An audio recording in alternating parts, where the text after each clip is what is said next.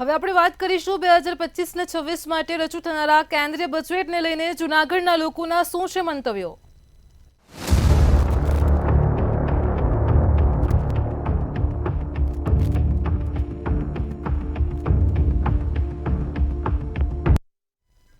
નાણાકીય વર્ષ 2025-26 માટે કેન્દ્રીય બજેટ રજૂ થવા જઈ રહ્યું છે। 1 ફેબ્રુઆરીના રોજ કેન્દ્રીય નાણામંત્રી નિર્મલા સીતારમણ દ્વારા સંસદમાં બજેટ રજૂ કરવામાં આવશે। સામાન્ય લોકોથી લઈને ખેડૂતો ઉદ્યોગપતિઓ સુધી તમામને આ બજેટથી ઘણી આશાઓ છે। નાણામંત્રી નિર્મલા સીતારમણ મોંઘવારી, રાજકોષીય એકત્રીકરણ અને રોજગાર જેવી સમસ્યાઓનો સામનો કરવા માટે બજેટમાં આર્થિક વિકાસ, સ્થાનિક ઉત્પાદન અને ઉપભોક્તા રાહતને મહત્વ આપે તેવી પણ અપેક્ષા છે। ત્યારે બજેટને લઈને જૂનાગઢના ખેડૂતોના શું મંતવ્યો છે, આવો જાણીએ। 2025નું આગામી બજેટ 1 ફેબ્રુઆરીએ થશે ને જેને લઈને આજે આપણે જૂનાગઢના ખેડૂતો સાથે ચર્ચા કરશું કે આ બજેટની અંદર ખેડૂતો માટે કઈ રીતની જોગવાઈઓ હોવી જોઈએ। આપણે સીધા જૂનાગઢના જે ખેડૂતો છે, આપણી સાથે એક ખેડૂત છે, આપણે તેમની સાથે વાત કરશું। ખેડૂત અગ્રણી પણ છે અમિતભાઈ। ખાસ કરીને બજેટ 1 ફેબ્રુઆરી 2025નું થવાનું છે, શું કહેશો, કેવી જોગવાઈઓ હોવી જોઈએ અને બજેટ કેવું ખેડૂતો માટે હોવું જોઈએ? અમિત પટેલ એક ખેડૂત પુત્ર છું।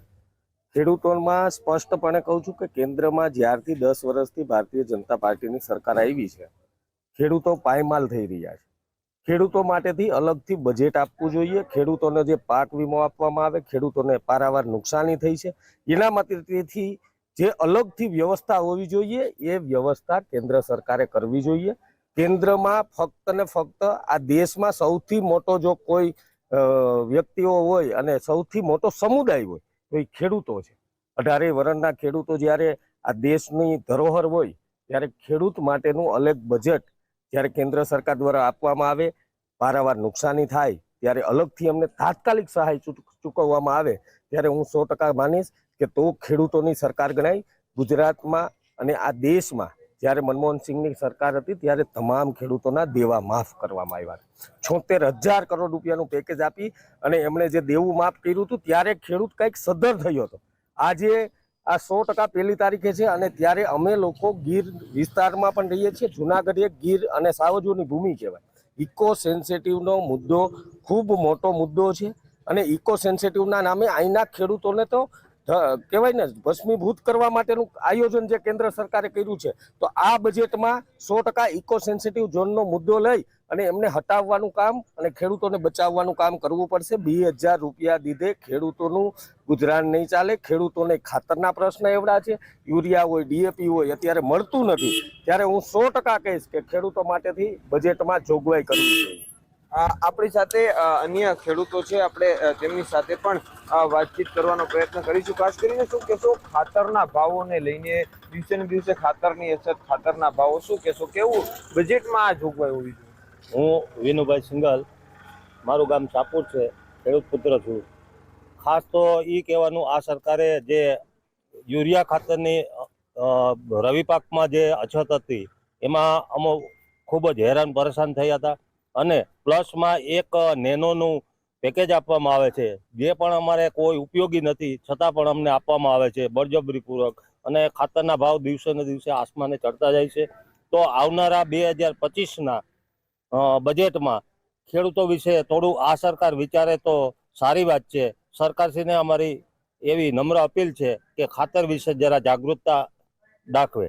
અને બીજી વાત રહી એ એક દિવસમાં ગુજરાતમાં 4 જગ્યાએ અમારા ખેડૂતો આપઘાત કરી અને જીવન ટૂંકાવે છે, તો એ પણ કપરો સમય છે અમારા ખેડૂતો માટે આ સરકાર વિચારે। આપણી સાથે અન્ય એક ખેડૂત છે, આપણે તેમની સાથે વાત કરશું। શું કહેશો, ખેડૂતો માટે વીજળીનો પ્રશ્ન પણ હોય છે, તેના ભાવો પણ આસમાન હોય છે અને ખેડૂતોને લઈને આ બજેટની અંદર વીજળીને લઈને કેવા થવું જોઈએ? હું કેતનભાઈ ડાંગર એક ખેડૂત પુત્ર છું।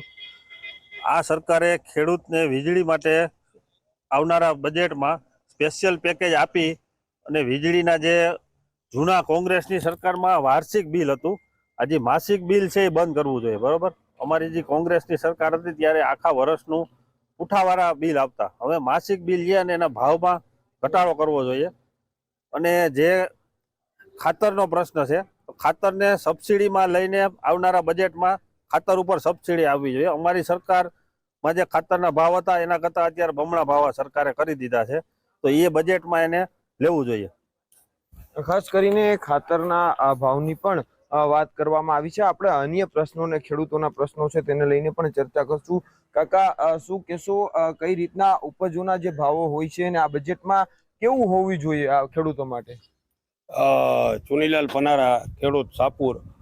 અત્યારે જે ટેકાના ભાવમાં જે મગફળીને જે લેવાય છે એમાં જે ભ્રષ્ટાચાર થાય છે એની જગ્યાએ ખેડૂતને ડાયરેક્ટ વીઘે તમારે જે દેવાનું છે, આ એજન્સીઓમાં જે ખર્ચા કરે છે અને બારદાનના ને એ ખર્ચા કરે, ખેડૂતને ડાયરેક્ટ ખાતામાં પૈસા આપી દે અને આ ભ્રષ્ટાચાર કાયમી માટે જે ઊભો છે એ ભ્રષ્ટાચાર નાબૂદ કરવો હોય તો કેન્દ્ર સરકારને બજેટમાં લેવું જોઈએ કે ભાઈ ખેડૂત દીઠ વાવેતરમાં જે મંત્રી પાસે લખાવી અને જે તે વાવેતર હોય એ પ્રમાણે એને જે વજન પ્રમાણે લેવાનું એ ડાયરેક્ટ લઈ લઈએ. આ જે ખરીદીમાં ભ્રષ્ટાચારો થાય છે અને અત્યારે સરકારમાં જે ભ્રષ્ટાચારો બરોબર આવે છે એના માટે કંટ્રોલ કરવા માટે એ કેન્દ્ર સરકારને એ આયોજન ગોઠવવું જોઈએ. આગામી બજેટને લઈને અનેક પ્રશ્નો ઉપર ખેડૂતો સાથે ચર્ચા કરી. આપણી સાથે અન્ય એક ખેડૂત છે, આપણે તેમની સાથે પણ ચર્ચા કરશું કે અન્ય કયા એવા મૂંઝવતા પ્રશ્નો છે કે જે બજેટમાં આવી શકે અને તેનાથી ખેડૂતોને ફાયદો થઈ શકે. જી, મારું નામ ચિરાગ ગલાણી છે. મારું ગામ નાંદરકી છે. હું એક ખેડૂત પુત્ર છું.